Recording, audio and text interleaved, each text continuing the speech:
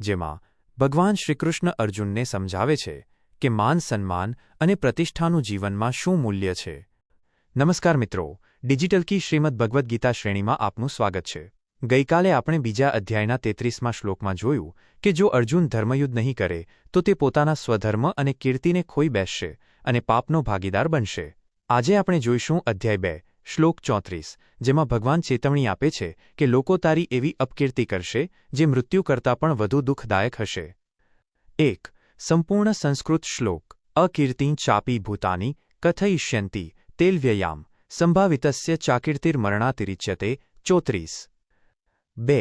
સરળ ગુજરાતી અર્થ। શ્રી ભગવાન બોલ્યા, વળી તમામ લોકો તારી ઘણી લાંબી ચાલનારી અપકીર્તિ બદનામીની વાતો કરશે અને સન્માનિત મનુષ્ય માટે અપકીર્તિ એ મૃત્યુ કરતાં પણ વધુ ખરાબ છે। 3 અને 4 પ્રશ્નો અને તેના ઉત્તરો। 1. લોકો અર્જુન વિશે શું કહેશે? જવાબ: અકીર્તિ, તેની બદનામી કે અપકીર્તિની વાતો કરશે। 2. આ અપકીર્તિ કેટલો સમય ચાલશે? જવાબ: અવ્યયામ, ઘણા લાંબા સમય સુધી, જે જલ્દી ભૂલાશે નહીં। 3. સન્માનિત માણસ માટે બદનામી કેવી છે?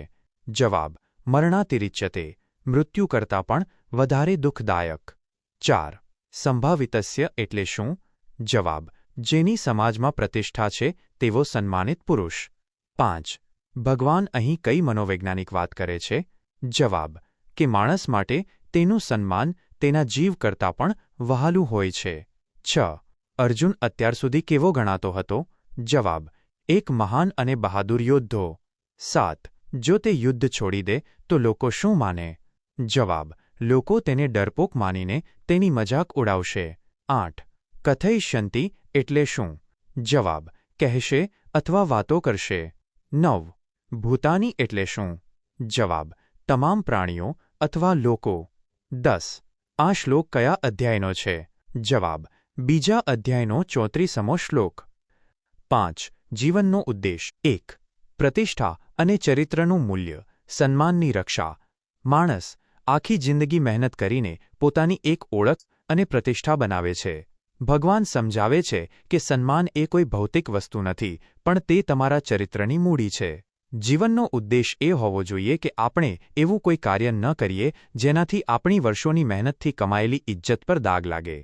સન્માનિત વ્યક્તિ માટે અપકીર્તિ સહન કરવી એ જીવતા ટાઢા મરવા સમાન છે।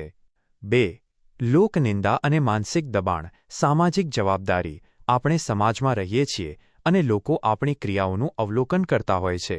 જો આપણે ન્યાયના પક્ષે લડવાને બદલે પીછેહઠ કરીએ તો લોકો આપણને ક્યારેય માફ કરતા નથી। જીવનનો ઉદ્દેશ એ છે કે આપણે આપણા પદ અને ગરિમાને શોભે તેવું વર્તન કરીએ। અર્જુન જેવો વીર જો મેદાન છોડે તો આવનારી પેઢીઓ તેને એક ડરપોક તરીકે યાદ રાખશે। આપણી ભૂલો માત્ર આપણને જ નહીં, પણ આપણા આખા વંશને બદનામ કરી શકે છે। 3. મૃત્યુ કરતાં પણ મોટી પીડા, ગંભીર ચેતવણી। ભગવાન એક બહુ કડવું સત્ય કહે છે કે બદનામી મૃત્યુથી પણ ખરાબ છે। શરીર તો એક દિવસ મરી જવાનું છે, પણ જો જીવતા જીવત માણસનું સન્માન મરી જાય તો તે પડે પડે મરે છે। જીવનનો ઉદ્દેશ એ હોવો જોઈએ કે આપણે આપણા આદર્શો માટે મરી ફીટવા તૈયાર રહીએ, પણ કાયરતાનું કલંક ન લઈએ। હિંમતથી લડતા લડતા વીરગતિ પામવી એ બદનામ થઈને જીવવા કરતાં હજારો ગણું શ્રેષ્ઠ છે। નિષ્કર્ષ ટૂંકમાં: 1.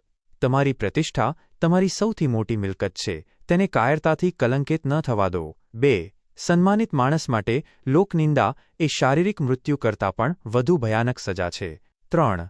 તમારા કર્તવ્ય પથ પર અડગ રહો, જેથી આવનારી પેઢીઓ તમને આદર સાથે યાદ રાખે। મિત્રો, આજે આપણે સન્માનના મૂલ્ય વિશે જાણ્યું। હવે પછીના શ્લોકમાં ભગવાન વધુ સ્પષ્ટ કરશે કે મહારથી યોદ્ધાઓ તારા વિશે શું વિચારશે અને તને કઈ નજરે જોશે। ડિજિટલ કી સાથે જોડાયેલા રહો। આવતીકાલે ફરી મળીશું રાત્રે 8 વાગ્યે। જય શ્રી કૃષ્ણ।